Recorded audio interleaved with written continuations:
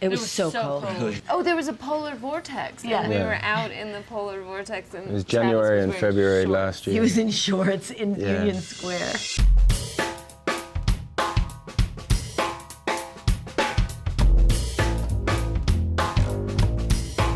My friend Karen Rinaldi sent me her unpublished novel, and I was looking for a sort of a lighter, more comedic piece of material to base a screenplay on, and she had a perfect twist in it that I thought was very funny. She's fantastic to work with, and her writing is just tremendous. She gives every character such interesting quirks and deepness to it, and I'm so lucky that I got a job in a movie, especially with such a great, talented cast, you know. Acting in a movie is not the best way to see it from the outside because you're completely in the point of view of the person who's in it. And I think Maggie is a planner and a manager and an executor of plans, but at every moment I think she makes them based on what feels most true to her at that moment. And even when it's not maybe the smartest decisions at any given moment, they're completely made with purity of hearts. In some ways, at the end of all of it, she has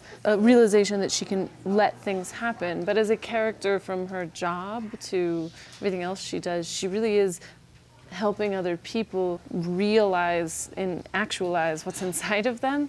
And I think she does that in her relationships as well. It's like, I can see what this is and I can see how it should work in the world. I felt that we had so much time to work together, Greta and I, especially a whole year ahead of time. So in a way, we really knew we had invented this character together. Very often you don't know what you have until you cut it. You really don't. You can know you think you have something. There's a scene with her and Julianne Moore where Julianne throws her out of her house, which even then I could feel that there was something very magical about the way it was in that, you know, already in that moment. Also, there's a scene with them in her apartment together that just felt already in the moment, in the room, that I already knew that the whole thing was going to cut together in a very special way. It was very, very cold. Yeah. But then one day it got warm.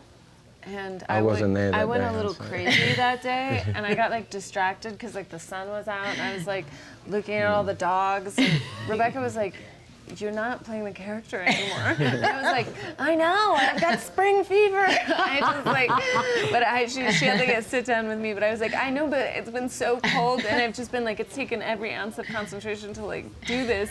And then the first day the sun was out, I just like lost my mind a little bit. But luckily, it folded into the movie. Okay.